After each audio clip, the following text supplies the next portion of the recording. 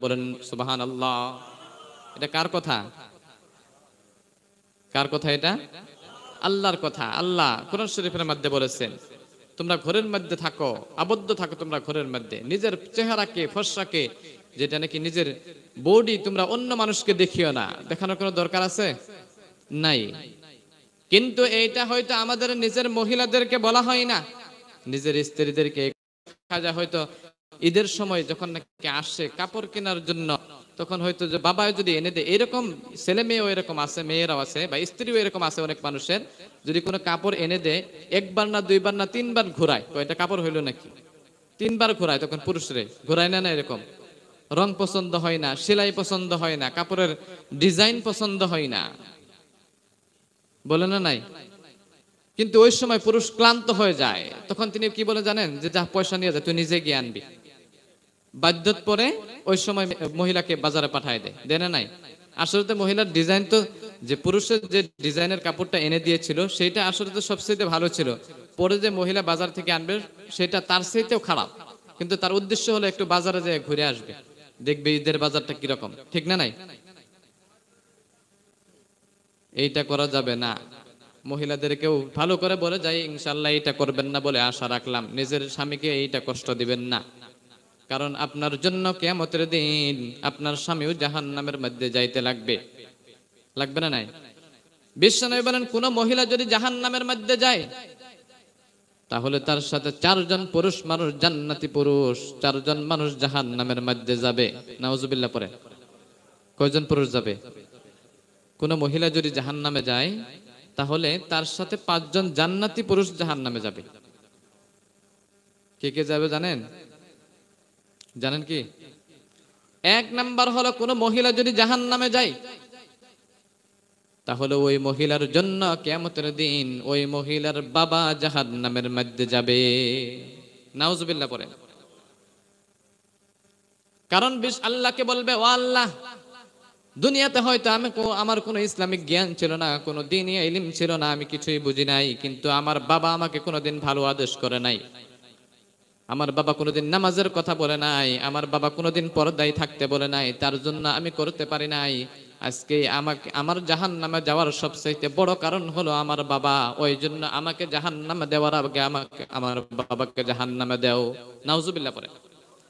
দুই নাম্বার পুরুষ হলো, কোন মহিলা যদি জাহান্নামে যায়, ওই মহিলার সাথে দুই নাম্বার পুরুষ জাহান্নামে যাবে ওই মহিলার নিজের বড় ভাই, পরিয়ালের বড় ভাই আছে না, ওই বড় ভাইয়ের কাল কিয়ামতের দিন জাহান্নামের মধ্যে যাবে।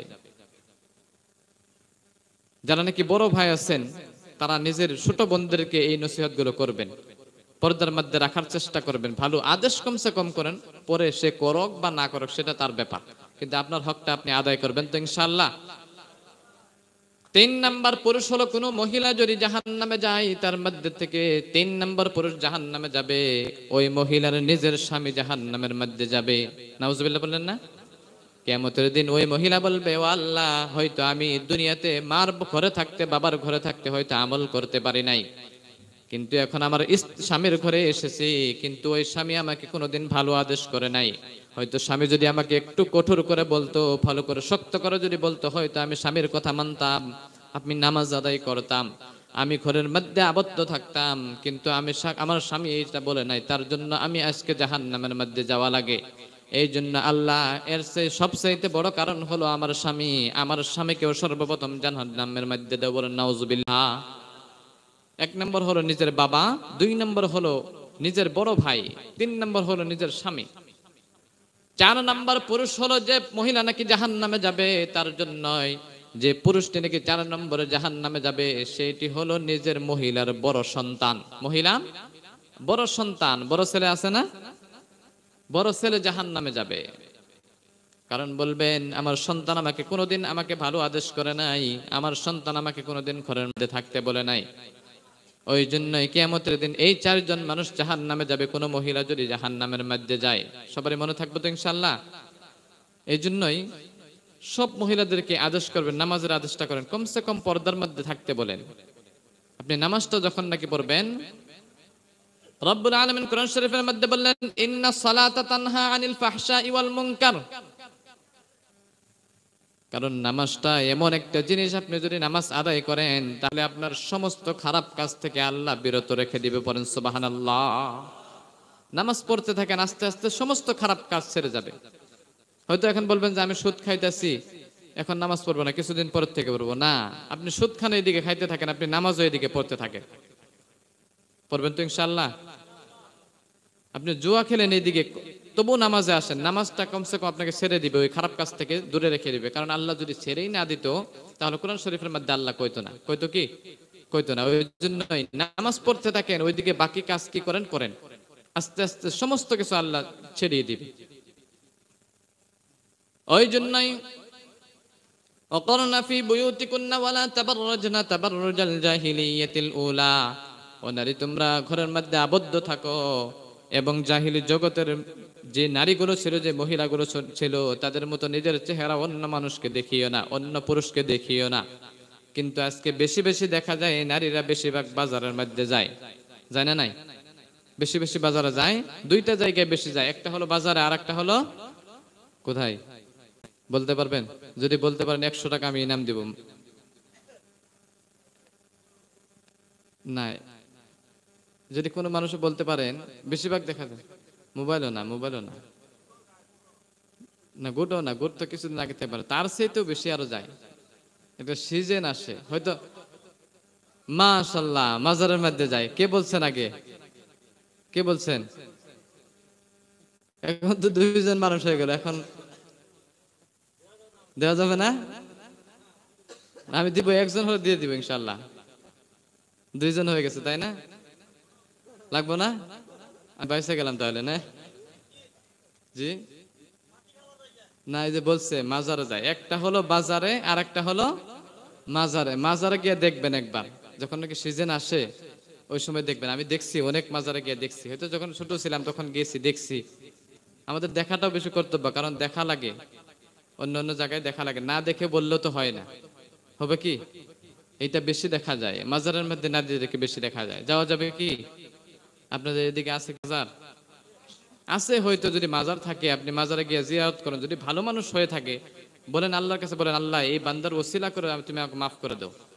কোনো যদি হক্কানি কোনো আলিম উলামা থাকে ওই মাজারের মধ্যে, দোয়া করেন।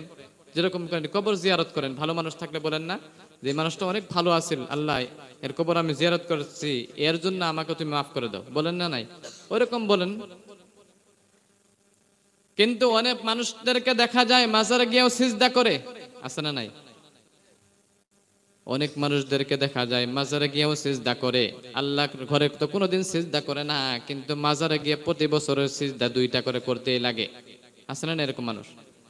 শুধু মাজারে গিয়ে সিজদাও করে না, ওই মাজারে গিয়ে সমস্ত যত চাওয়া আছে, যত ছেলে সন্তান মেয়ে সন্তান চাওয়া আছে, সমস্ত সন্তান ওই কাছে, ওই মাজারের কাছে গিয়ে চায়। আছে না নাই? রব্বুল আলামিন কোরআন শরীফের মধ্যে বললেন, ইয়াহাবু লিমান ইয়াশাউ ইনাফা ওয়া ইয়াহাবু লিমান ইয়াশাউ যুকুর আও ইউযাউযুহুম যুকরানা ওয়া ইনাফা। সুবহানাল্লাহ পড়েন। রব্বুল আলামিন বলেন, ইয়াহাবু লিমান ইয়াশাউ ইনাফা ওয়া ইয়াহাবু লিমান ইয়াশাউ যুকুর আও ইউযাউযুহুম যুকরানা ওয়া ইনাফা। রব্বুল আলামিন যাকে ইচ্ছা করেন তাকে মেয়ে সন্তান দেন, যাকে ইচ্ছা করেন তাকে ছেলে সন্তান দেন, আর যাকে ইচ্ছা করেন তাকে কোনো সন্তানও দেয় না। আছে না না এরকম? আছে না? অনেক মানুষের সন্তানই হয় না, অনেক মানুষের মেয়ে সন্তান দেয়, ছেলে সন্তান দেয়। ইয়াহাবু লিমান ইয়াশাউ ইনাসা ওয়া ইয়াহাবু লিমান ইয়াশাউ যুকুর। রব্বুল আলামিন বললেন, আমি যাকে চাই তাকে আমি মেয়ে সন্তান দেই, আর যাকে চাই ছেলে সন্তান দেই। আল্লাহ রাব্বুল আলামিন মেয়ে সন্তানের কথাই প্রথমে আনছেন। কি করছেন? প্রথমে মেয়ে সন্তানের কথা আনছেন। তাহলে কি বোঝা যায়? মেয়েদের সম্মান অনেক বেশি, তাই না? কোরআন শরীফের মধ্যে সর্বপ্রথম ছেলের আগে মেয়ের কথা আনছে। সুবহানাল্লাহ পড়লেন না? মেয়েদের অনেক সম্মান, মেয়েদেরকে এত আল্লাহ সম্মান করেন, কিন্তু মেয়েরা হয়তো আল্লাহর ইবাদত করি না। বেশিরভাগ দেখা যায় মেয়েরা আল্লাহর ইবাদত করে না। সত্যি কথা এটা। আল্লাহর নবী যে মেরাজে গিয়ে দেখছিলেন সবচাইতে বেশি জাহান্নামী হলো মহিলারা। নাউজুবিল্লাহ বললেন না? বিশ্বনবীর অনেক হাদিসের মধ্যে প্রমাণ পাওয়া যায় না, ওই জন্য নারীদেরকে বেশি বেশি দান করতে বলেছেন, পুরুষের চাইতে বেশি বেশি নারীদেরকে দান করতে বলেছেন, সদকা করতে বলেছেন, কারণ তারাই সবচাইতে বেশি জাহান্নামী হবেন। তাদের এক নম্বর কারণ হলো তারা লানত করেন সবসময় মানুষকে, লানত এক নম্বর কারণ, ঠিক না নাই? লানত করে, নিজের সন্তানদেরকেও লানত করে, নিজের যে একটা সন্তান নিজের পেট থেকে যে হয়েছে ওই সন্তানকেও লানত করে। হয়তো কোনো একটা ছোট্ট একটা কাজ করলো, হয়তো কোনো টাকা পয়সা হারিয়ে ফেলেছে, 100 টাকা হোক হারিয়ে ফেলেছে, বলে যে টাকা যে পর্যন্ত না পাবি ওই সময় আমাকে মা বলে ডাকবি না। নাউজুবিল্লাহ পড়েন, আছে না নাই? আর তার চেয়ে যদি একটু বেশি বড় গুনাহ করে তাহলে যে বলবে তুই যদি এটা করস বা এটা যদি করছস তাহলে তুই আমার মরা মুখ দেখবি বা কোনোদিন আমাকে ডাকবি না বা কোনোদিন আসবি না আমার সামনে, বলে না নাই? বা তুই মারা যাবি, এটা করলে তুই মারা যাবি, ডাইরেক্ট এরকম বলে। নিজের সন্তানের দিকেও লক্ষ্য করে না, তাহলে স্বামী তো আরো দূরের কথা, হয়তো নিজের ভাই নিজের বাবা আরো দূরের কথা, ঠিক কিনা? নারীদেরকে আল্লাহ অনেক সম্মান দিয়েছে। রব্বুল আলামিন কোরআন শরীফের মধ্যে বললেন, সূরা কাহাফ, সূরা মারইয়াম, হয়তো কোরআন শরীফের মধ্যে সূরা কয়টা জানেন? 114টি, মাশাআল্লাহ। তার মধ্যে থেকে 8টি সূরা হলো ব্যক্তির নামে রব্বুল আলামিন কোরআন শরীফের মধ্যে সূরা নাজিল করেছেন। কয়জন ব্যক্তি? কথা বলেন। 8 জন। আমি তো বলে দিলাম 8 জন ব্যক্তির নামে কোরআন শরীফের মধ্যে সূরা আছে। কয়জন ব্যক্তির নামে? 8 জন। তার মধ্যে থেকে হলো 6 জন হলো নবী। কয়জন নবী? আর 2 জন হলো ওলি। আর 2 জন কি? ওলি ছিলেন। এই 8 জন ব্যক্তির নামে কোরআন শরীফের মধ্যে সূরা নাজিল করেছেন। নবীদের নাম হলো সূরা ইউনুস, ইউনুস আলাইহিস সালাম নাম শুনছেন না? সূরা ইউসুফ, ইউসুফ আলাইহিস সালাম নাম শুনছেন?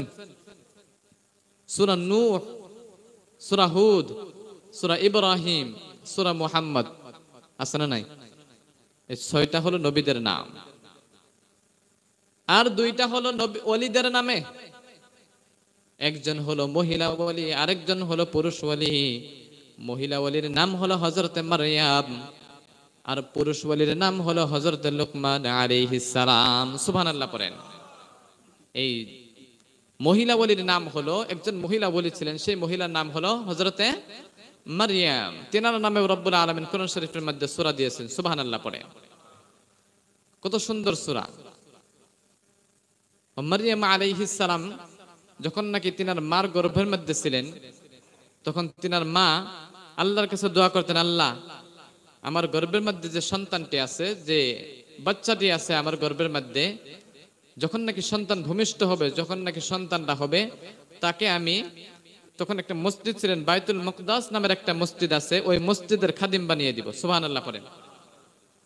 কিন্তু মারইয়াম আলাইহিস সালামের মা যখন নাকি এটা মান্নত করলেন, মান্নত করার পরে কিছুদিন পরে যখন নাকি মারইয়াম আলাইহিস সালামের মার গর্ভটা যখন নাকি ভূমিষ্ঠ হয়ে যায়, হওয়ার পরে মারইয়াম আলাইহিস সালাম, তিনি তো একজন মহিলা বাচ্চা হন, একটা মেয়ে বাচ্চা হন।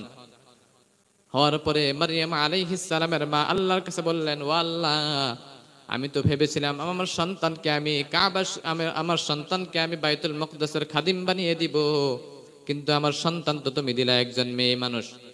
মেয়ে মানুষকে এখন কি মসজিদের খাদিম বানানো যাবে? কিন্তু আল্লাহ ডাক দিয়ে বললেন, ও মারইয়ামের মা, মারইয়ামকে তোমার ঘরের মধ্যে আমি দিয়েছি। মারইয়াম এমন মহিলা না, যে এমন একজন মহিলা যেটা নাকি দুনিয়ার 10 জন পুরুষ তার সাথে কখনো পারবে না। বলেন সুবহানাল্লাহ। মারইয়াম আলাইহিস সালাম হওয়ার পরে কিছুদিন যাওয়ার পরে তিনি মারইয়াম আলাইহিস সালামকে নিয়ে ওই বাইতুল মুকদ্দাসের মধ্যে খাদিম হিসাবে পাঠিয়ে দিলেন। দেওয়ার পরে সারা দিন মসজিদ সাফা করে, রাত্রের বেলা সব সময় আল্লাহর ইবাদত করে, সারা দিন মসজিদ সাফা করে আর বাকি সময়টুকু আল্লাহর ইবাদত করে। সুবহানাল্লাহ পড়েন। মারইয়াম আলাইহিস সালাম এত সম্মানী একজন মানুষ ছিলেন। ওই মারইয়াম আলাইহিস সালাম তার গর্ভের মধ্যেও একজন নবী দিয়েছেন, নবী হিসাবে প্রেরণ করেছেন আল্লাহ দুনিয়ায়। সেই নবীর নাম জানেন? কে জানেন দেখি একটু বলেন তো। মাশাআল্লাহ, ঈসা আলাইহিস সালামকে ওই মারইয়াম আলাইহিস সালামের গর্ভের মধ্যে দিয়েছে। সুবহানাল্লাহ পড়ে। যেরকম করে নাকি সব নবীর বাবা ছিল, মা ছিল, কিন্তু আদম আলাইহিস সালামের মাও ছিলেন না, বাবাও ছিলেন না। ছিল কি? ওইরকম ঈসা আলাইহিস সালামের কি ছিল না, বাবা ছিল না, শুধু মা ছিল। মারিয়াম আলাইহিস সালাম যখন নাকি ওই বাইতুল মুকদ্দাসের আপনি যখন নাকি খেদমত করার কিছুদিন পরে যখন নাকি বালিক হয়ে যায়, বড় হয়ে যায়, যখন নাকি বড় হওয়ার পরে কিছুদিন পরে ওই মারিয়াম আলাইহিস সালামের গর্ভের মধ্যে স্বামী ছাড়াই একটা সন্তান দিয়ে দেয়। সুবহানাল্লাহ পড়ে। তিনি অবাক হয়ে গেলেন, কি ব্যাপার, আমি গ্রামের মানুষকে মুখ কি করে দেখাবো। তিনি লজ্জায় লজ্জিত হয়ে গেলেন, আমি গ্রামের মানুষকে মুখ কি করে দেখাবো, আমার তো স্বামী নাই, এখনো পর্যন্ত আমার বিয়ে হয় নাই, আমার সন্তান পেটের মধ্যে কি করে আসলো, আমি গ্রামের মানুষকে কি করে বলবো। শরমের বিষয় না এটা, লজ্জার বিষয় না? নাই আমাদের এদিকে মহিলারা হলে তো মানুষরা তো কখন তো কি করে দিবে, বিচার ডাকবে না? নাই ওই রকম মারিয়াম আলাইহিস সালাম তিনি চিন্তায় পড়ে গেলেন, এখন যদি আমি গ্রামের মধ্যে থাকি, এই মসজিদের মধ্যে যদি থাকি, হয়তো মানুষটা খারাপ বলবে, যতই আমি ভালো হই না কেন, শুধু আমি জানি আর আল্লাহ জানে। কিন্তু তখন তিনি মনে মনে ভাবলেন যে গ্রামের মধ্যে না থাকার চাইতে বেশি ভালো আমি এখন একটা জঙ্গলের মধ্যে চলে যাই। তিনি জঙ্গলের মধ্যে চলে গেলেন, ওই গ্রামের মধ্যে আর থাকলেন না, তিনি জঙ্গলের মধ্যে চলে গেলেন। ওইখানে থাকতে থাকতে হয়তো এখনকার দেখা যায় মহিলাদের একটা সন্তান ভূমিষ্ঠ হতে কমসে কম 9 মাস 10 মাস সময় লাগে, তাই না? কিন্তু মারিয়াম আলাইহিস সালাম প্রতিদিনই পেটটা বড় হইতে যাইতে থাকে, বড় হইতে থাকে। কিছুদিনের মধ্যে সন্তান ভূমিষ্ঠ হয়ে যায়, তিনি অবাক হয়ে যান, কি করবেন এখন। ওই সন্তানকে কিছুদিন পরে মানুষরা দেখে, গ্রামের মানুষরা দেখে, মারিয়ামকে দেখে বললেন, ও মারিয়াম, আমরা তোমাকে সবাই গ্রামের মানুষ তোমাকে ভালোবাসতাম, তোমাকে মসজিদের একজন খাদিম হিসাবে আমরা রাখতাম, তোমাকে তো আমরা সবাই ভালোবাসি। কিন্তু মারিয়াম, তুমি তো এমন একজন কলঙ্কিত মহিলা বাহির হইলা, তুমি তো সবচেয়ে অচরিত্রবান খারাপ মহিলা, তুমি তো অনেক খারাপ একজন মহিলা, তোমার জন্য তো বিচার ডাকতেই লাগবে। গ্রামের সমস্ত মানুষকে ডাকলেন, ডাকার পরে একদিন একসাথে বসলেন, বসার পরে মারিয়াম আলাইহিস সালামকেও ডাকলেন, ও মারিয়াম, সত্যি করে বলো, এই তোমার কলেজে যে সন্তানটি, এই সন্তানের বাবাকে সত্যি করে তুমি বলো। মারিয়াম আলাইহিস সালাম অনেক বললেন যে এই সন্তানের কোনো বাবা নাই, আল্লাহ অটোমেটিকলি আমার গর্ভের মধ্যে দিয়েছে, কেউ তো এটা বিশ্বাস করে না, ওই মজলিসের কোনো মানুষই বিশ্বাস করে না। বিশ্বাস করবে কি, সে বিশ্বাসের কোনো কথা না। তখন বললেন, যদি বিশ্বাস না হয়, মারিয়াম আলাইহিস সালামের কাছে আল্লাহ জিবরাইল আলাইহিস সালামকে পাঠিয়ে দিলেন, ও জিবরাইল, মারিয়াম আলাইহিস সালাম বাঁচার জন্য এমন একটা উপায় করে দাও। সঙ্গে সঙ্গে জিবরাইল আলাইহিস সালাম ওই ঈসা আলাইহিস সালাম, মারিয়াম আলাইহিস সালামের যে সন্তানটি, ওই সন্তানের কাছে জিবরাইল আলাইহিস সালাম এমন একটা কথা বলে গেলেন, তার জবানের মধ্যে কথা দিয়ে দিলেন, মুখের মধ্যে কথা দিয়ে দিলেন। সঙ্গে সঙ্গে বললেন, ও গ্রামের মানুষরা, তোমরা যদি এই সন্তানের বাবাকে জানতে চাও, তাহলে এই সন্তানকে তোমরা জিজ্ঞাসা করো। সন্তানের বয়স ওই সময় 3 দিন। কয়দিন? 3 দিন সন্তানের বয়স। 3 দিনের সন্তান কি কথা বলতে পারে? পারে না। গ্রামের মানুষ, সমস্ত মানুষরা আসলেন, তখন বললেন, তুমি কি পাগল হয়ে গেলা? মারিয়াম আলাইহিস সালাম তখন বললেন, কেন আমি পাগল হব? তখন বললেন, 3 দিনের সন্তান কি কথা বলতে পারে? তখন বললেন, 3 দিনের সন্তান যদি কথা বলতে পারে না, তুমি জিজ্ঞেস করে দেখো।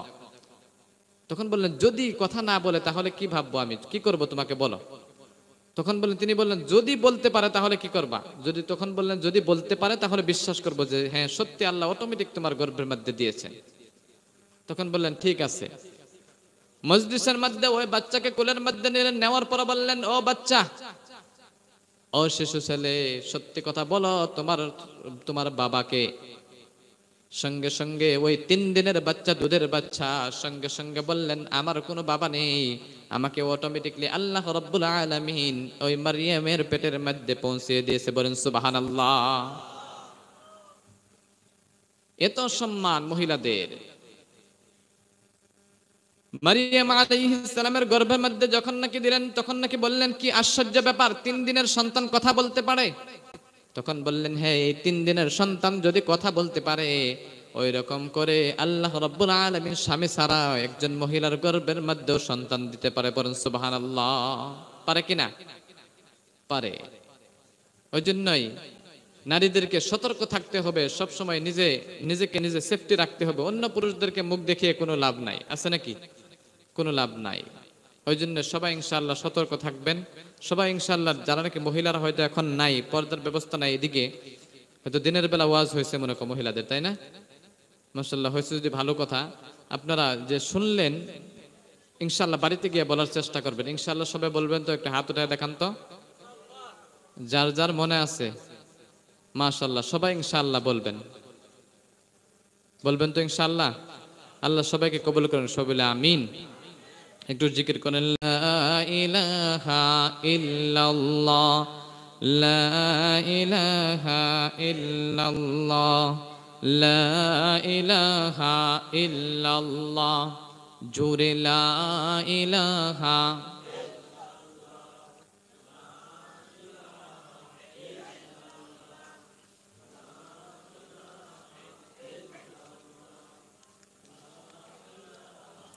ইল্লাল্লাহ, লা ইলাহা ইল্লাল্লাহ, লা ইলাহা ইল্লাল্লাহ, জোরে লা ইলাহা ইল্লাল্লাহ, লা ইলাহা ইল্লাল্লাহ, লা ইলাহা ইল্লাল্লাহ, লা ইলাহা,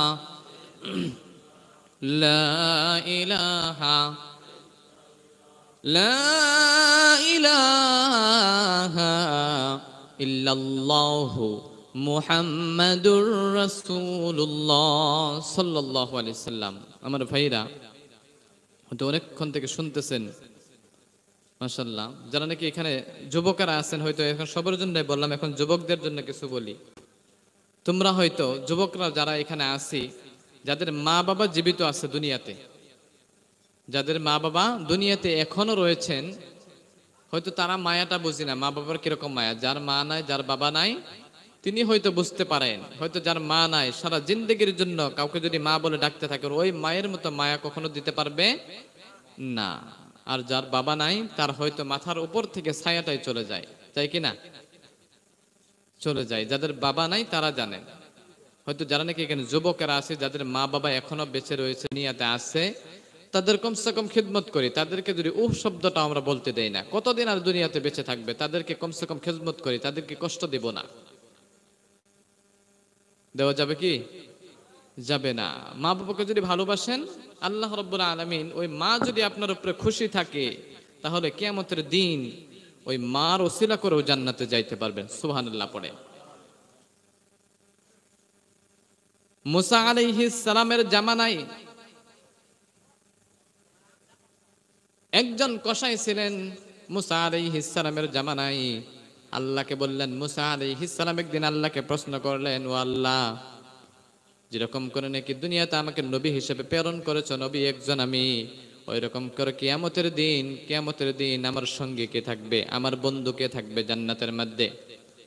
মুসা আলাইহিস সালাম আল্লাহকে বললেন, মাইয়াকুনু জালিসি ইয়াউমাল কিয়ামাহ, মাইয়াকুনু জালিসি ইয়াউমাল কিয়ামাহ, কিয়ামতের দিন হাসরের ময়দানে আমার সঙ্গী থাকবে কে? আল্লাহ বললেন, সাহিবুকা ফিল জান্নাতি জাযা। সুবহানাল্লাহ পড়েন। ও মুসা, কিয়ামতের দিন তোমার সঙ্গী থাকবে নবী, হয়তো কিয়ামতের দিন আমার বন্ধু থাকবে, আমার দোস্ত থাকবে, আমার একজন নবী, কিন্তু নবী না হইয়া মাংসের দোকানদার কসাই কেমনে থাকতে পারে? ঠিক না? আমি তো নবী, আমার নবী বন্ধু থাকবে কিয়ামতের দিন নবী, কিন্তু নবী না হইয়া কসাই মাংসের দোকানদার কেন থাকবে? তখন বললেন, ও মুসা, তুমি এক কাম করো, তুমি কালকের থেকে ওই কসাইয়ের দোকানে যাও, কসাইয়ের কি, তুমি ওই কসাইয়ের চরিত্র দেখে তুমি বুঝতে পারবা। মুসা আলাইহিস সালাম দিন সকালবেলা দেরি না করে ওই কসাইয়ের দোকানে, মাংসের দোকানের সামনে দাঁড়িয়ে থাকে। দাঁড়িয়ে থাকার পরে ওই মাংসের দোকানদার সকালবেলা আসার পরে দোকান খুলে, দোকান খোলার পরে গরু কাটে, সারাদিন মাংস বিক্রি করে, বিকালবেলা মাংস শেষে বাড়িতে চলে যায়। সারাদিন থাকলেন, দেখে যে কোনো একটা টাকা দুইটা টাকা কোনো দানও করলেন না, সদগাও করলেন না।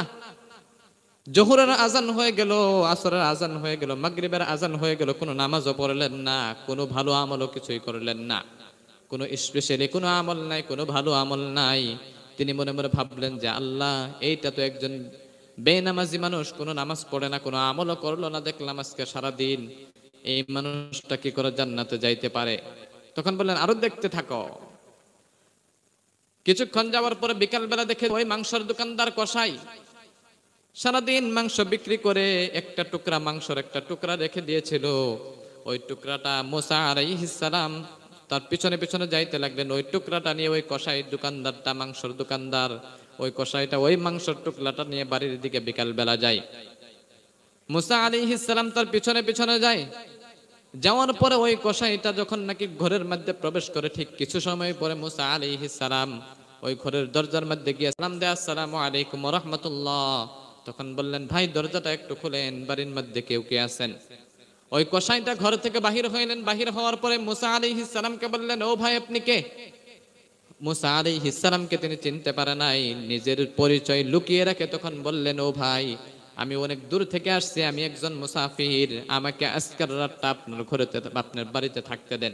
আমি একজন মুসাফির, অনেক দূর থেকে আসছি, আমাকে আপনার বাড়িতে একটু আজকে রাত্রের জন্য আশ্রয় নেবার জন্য যে ব্যবস্থা করে দেন। তিনি বললেন, ঠিক আছে ভাই আপনি থাকতে পারেন।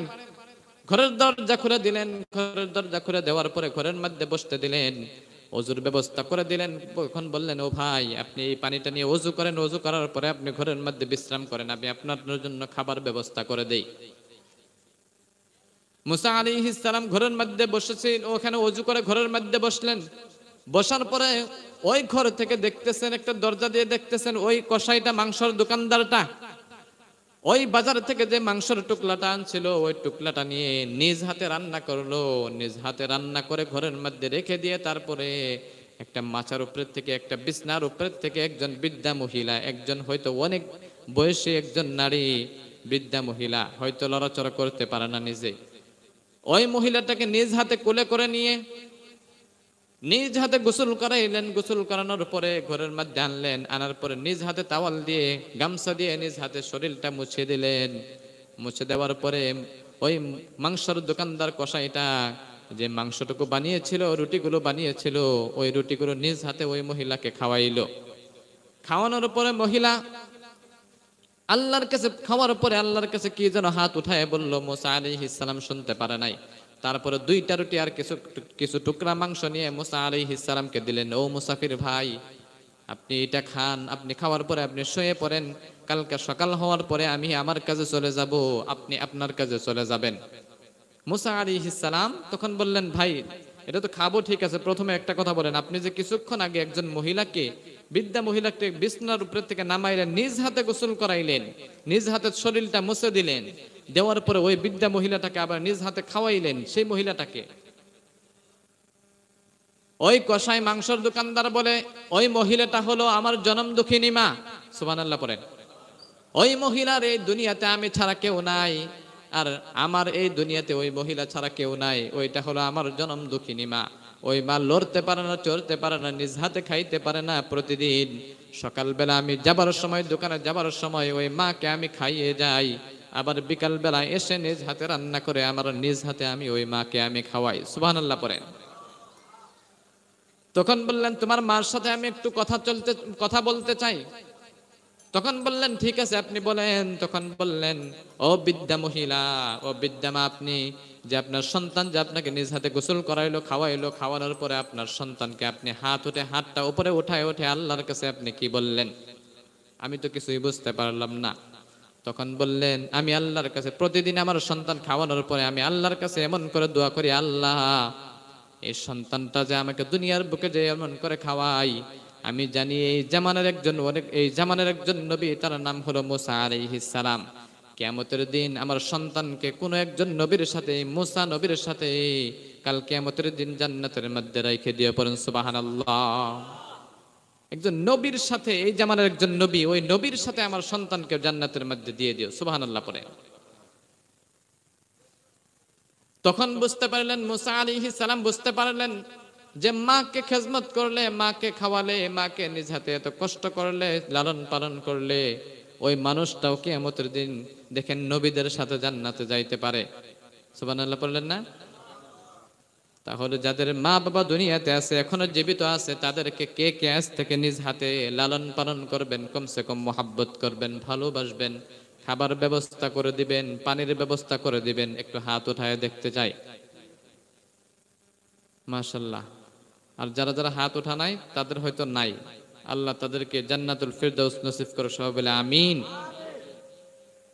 যাদের মা বাবা জীবিত আছে তাদেরকে নেক হায়াতে তয়্যিবা দান করে, সবাই বলে আমিন। তাদেরকে বেমার আজার থেকে আল্লাহ শিফা করে দেখ, সবাই বলে আমিন। তো সবাই ইনশাআল্লাহ যাদের মা বাবা আছে তাদেরকে ভালোবাসবেন, মায়া করবেন, দরকার আছে না? এই দেখেন একজন সাধারণ মানুষ, একজন এই মানুষটাও যদি নবীর সাথে যদি বন্ধুত্ব হয়ে থাকে, নবীর সাথেও যদি জান্নাতের মধ্যে প্রবেশ করতে পারে, কিসের জন্য? সেটা মাকে ভালোবাসার জন্য। বাসা না নাই? অনেক সন্তানরা দেখবেন যে নিজের মা বাবাকে ছেড়ে প্রথমেই চলে যায়, নিজের মা বাবাকে দেখতে পারে না। অনেক মুরব্বীরা আমাদেরকে বলে, হুজুর আমাদের জন্য দোয়া করবেন, সন্তান কথা শোনার, সন্তানের যদি আমি এই দিকে যাইতে বলে আরেক দিকে যাই। আছে না এরকম সন্তান?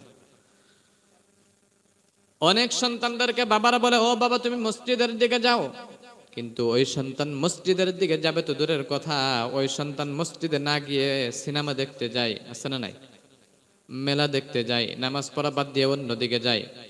বাবা হয়তো মক্তবে পাঠিয়ে দেয়, ওই সন্তান মক্তবে না গিয়ে, মাদ্রাসায় না গিয়ে অন্য জায়গায় সিনেমা ফাংশন দেখতে যায়, থিয়েটার দেখতে যায়। আছে না এরকম? না আপনাদের এদিকে নাই? হয়। অনেক কষ্টের বিষয়, এটা দুঃখের বিষয়। সন্তানদেরকে এখন থেকে যদি কথা না শুনে, তাহলে বড় হওয়ার পরে কি আপনাকে ভাত কাপড় দিবে? এটা কোনো বিশ্বাসের কথা? কখনো হয় না। ওই জন্য সন্তানদেরকে ভালো শিক্ষা দেন, সন্তানদেরকে সৎ চরিত্রবান বানান, ছোট্ট থেকে আপনি বানান। সব সময় বলা হয় সন্তানদেরকে ভালো শিক্ষা দেন, ইলমে দ্বীন একটু হলেও শিক্ষা করেন। বিশ্বনবী বলেন, তালাবুল ইলমি ফারিদাতুন আলা কুল্লি মুসলিমিন ওয়া মুসলিমা। পৃথিবীর প্রত্যেকজন নারী এবং পুরুষ সবার জন্য ইলমে দ্বীন শিক্ষা করাটা ফরজ করে দিয়েছেন। ওই জন্য সবার জন্য ইলমে দ্বীন শিক্ষা করাটা ফরজ। আপনাকে রব্বুল আলামিন হাফিজ হইতে দেয় না, আলিম হইতে দেয় নাই, মাওলানা হইতে দেয় নাই যে আপনাকে মুফতি হইতে লাগবে। সেটা আল্লাহ রব্বুল আলামিন বাধ্যতামূলক করে নাই। করছে কি? যে মুফতি হইতেই লাগবে, সেটা আল্লাহ কি বলেছেন? কোথায়? কোথাও বলে নাই। মাওলানা হইতে লাগবে, সেটা কি আল্লাহ বলেছেন? হাফিজ হইতেই লাগবে, আল্লাহ কি কোথায় বলেছেন? বাধ্যতামূলক করে দিয়েছেন? দেয় না। আপনি হাফিজ হন, ওইটার তো মর্যাদা আরো বেশি, তার চাইতে বেশি। আপনি আলিম হন, তার তো আরো অনেক মর্যাদা বেশি। আপনি মুফতি হন, তা আরো সেটার মর্যাদা অন্য আলাদা বেশি থাকবে। থাকবে না? নাই? আপনি এতটুকু ইলমে দ্বীন শিক্ষা করেন, সবার জন্য, পুরুষ এবং মহিলা সবার জন্য এতটুকু ইলমে দ্বীন শিক্ষা করাটা ফরজ। আপনি যাদেরকে নামাজ পড়তে পারেন, রোজা রাখতে পারেন, যাদের উপরে হজ ফরজ হয় তারা হজ করতে পারেন, জাকাত ফরজ হয় জাকাত দিতে পারেন, ইসলামিক নীতি নিয়মে আপনি যদি চলতে পারেন, অতটুকু ইলমে দ্বীন শিক্ষা করেন। করবেন তো ইনশাআল্লাহ? এখনো সময় আছে। কত কিতাবের মধ্যে পাওয়া যায়, মোবাইলের মধ্যে পাওয়া যায়। এতটুকু কমসে কম যে আপনি নামাজ পড়েন, হয়তো 10টা সূরা লাগে, 4টা সূরা লাগে নামাজ পড়লে, কমসে কম 10টা সূরা মুখস্থ করেন। কত ছোট ছোট সূরা আছে না নাই? সূরাগুলো মুখস্থ করেন, শিক্ষার মধ্যে থাকেন। শিক্ষা অবস্থায় যদি মারা যান, আল্লাহ শহীদের দরজা দিয়ে দিবেন। সুবহানাল্লাহ। শিক্ষা অবস্থায় থাকতেই থাকবেন এখনো পর্যন্ত। যাদের সন্তান আছে সকালবেলা মসজিদে আনেন, সন্তানদেরকে সকালবেলা সুবাহিতে পাঠান, মক্তবে পাঠান। এখানে মক্তব নাই? মহল্লায় মক্তব আছে? মাশাআল্লাহ, সব সন্তানকে মক্তবে পাঠাবেন। পাঠানোর দরকার আছে না নাই? সন্তান যদি মক্তবে না আসে, তাহলে আপনিও গুনাহগার হবেন। কারণ ছোট্ট থেকে ওই সন্তান তো কিয়ামতের দিন বলবে, আমার বাবা আমাকে কোনোদিন হয়তো মক্তবে পাঠায় নাই, ইলমে দ্বীন শিক্ষা অর্জন করায় নাই, তাহলে আমি কেমনে করে শিখবো? অনেক বাবারা হয়তো জেনারেল লাইনে পাগল হয়ে গেছে, ইংলিশ মিডিয়ামের জন্য পাগল। সন্তানদেরকে সকালবেলা মক্তবে পাঠায় না, রাত্রের বেলা হয়তো অনেক শিক্ষা, হয়তো ইংলিশ মিডিয়ামের 1 ঘন্টা শিক্ষা, ইংলিশ মিডিয়ামের টিউশন রেখে দিছে রাত্রে 10টার পরে। আছে না? রাত্রে 9টার পরে এসামিস মিডিয়ামের পড়া। আছে না? পৃথিবীর যতগুলো আপনি শিক্ষা দেখেন না কেন, যতগুলো আপনি ইলম দেখেন না কেন, হয়তো আপনাকে সূর্যোদয় যাওয়া, চন্দ্র যাওয়া আপনাকে রাস্তা দেখাবে। আপনি ইংলিশ মিডিয়ামে পড়েন, সায়েন্সে পড়েন, কমার্সে পড়েন, আর্টসে পড়েন, যেইটাই পড়েন না কেন আপনি, শুধু আপনাকে চাঁদে যাওয়া, সূর্যোদয় যাওয়া, চন্দ্র যাওয়া আপনাকে রাস্তা দেখাবে। ঠিক না? নাই? কথা বুঝেন নাই? সূর্যোদয় কিভাবে যাবেন, চন্দ্রে কিভাবে যাবেন, আকাশ দিয়ে উড়বেন কিভাবে, পৃথিবীটা হয়তো পৃথিবীতে কি করে উড়বেন, সেটা রাস্তা দেখাবে। এইগুলো শিক্ষায়, দ্বীনি শিক্ষায়। কিন্তু আমাদের ইসলামিক যে শিক্ষাটা, দ্বীনি ইলম যেটাকে বলে, সেটা এই চন্দ্রটাকে হয়তো জেনারেল লাইনে যে শিক্ষাটা দেয়, হয়তো আপনি চন্দ্রকে কিভাবে যাবেন সেটা শিখায়, কিন্তু আর ইসলামিক যে শিক্ষাটি সেটাতে শিখায় যে চন্দ্রটি কে বানাইছে, সূর্যটি কে বানাইছে, সেই শিক্ষাটা ইসলামের মধ্যে শিখায়। সুবহানাল্লাহ পড়ে। তো ওই জন্যই সব সন্তানদেরকে মসজিদে পাঠাবেন, মাদ্রাসায় পাঠাবেন, মক্তবে পাঠাবেন। অনেক সন্তানরা হয়তো বলে রাত্রে 12টা পর্যন্ত আমার সন্তান পড়াশোনা করছে, ইংলিশ মিডিয়ামের পড়াশোনা করে, ওই জন্য সকালবেলা মসজিদে পাঠাই না। কোন মানুষ যদি জিজ্ঞাসা করে, ভাই আপনার সন্তান তো কিছুদিন আগে মসজিদে আসলো, এখন আসে না কেন? তো এখন বললেন এখন এবার মেট্রিক দিবে, এবার মেট্রিক পরীক্ষা দিবে, সকালবেলা স্কুলে যাইতে লাগে, রাত্রের 12টা 1টা পর্যন্ত পড়াশোনা করে, মসজিদে কি করে আসবে? একটু ঘুম পারুক, তারপর 8টার সময় বা 7টার সময় স্কুলে চলে যাবে। আছে না এরকম বাবা? সত্যি কথা বলবেন, আছে না নাই? আছে। কিন্তু আল্লাহ না করো ওই সন্তানদের ফজরের সময় আপনার ঘরের মধ্যে ঘুম আসে, ওই সময় যদি আপনার ঘরের মধ্যে যদি আগুন লেগে যায়, তাহলে ওই সন্তানকে ঘর থেকে ডাক দিবেন না? ডাক দিবেন কি? যদি ফজরের সময় যদি আপনার ঘরের মধ্যে আগুন লেগে যায়, তাহলে কি ওই সন্তানকে ডাক দিবেন না ঘুম থেকে? কেন ডাক দিবেন? পুড়ে যাবো, পুড়ে যাও, তাও একটু ঘুম পারো, এটা বলবেন? কখনো বলবেন না। যদি এই দুনিয়ার সাধারণ আগুন থেকে যদি আপনার সন্তানকে বাঁচাতে চান, তাহলে ওই জাহান্নামের আগুন থেকে বাঁচানো লাগবে না? জাহান্নামের আগুন থেকে বাঁচাইতে হলে তাহলে কোথায় পাঠাইতে লাগবে? মসজিদে পাঠাইতে লাগবে। পাঠাবেন তো ইনশাআল্লাহ? এটা ভালো, এটা সত্যি কথা। অনেক মানুষের ঘরে রাত্রের বেলা আগুন লেগে যায়, ঘরের থেকে মানুষ বাইর হইতে পারে না। আছে না এরকম?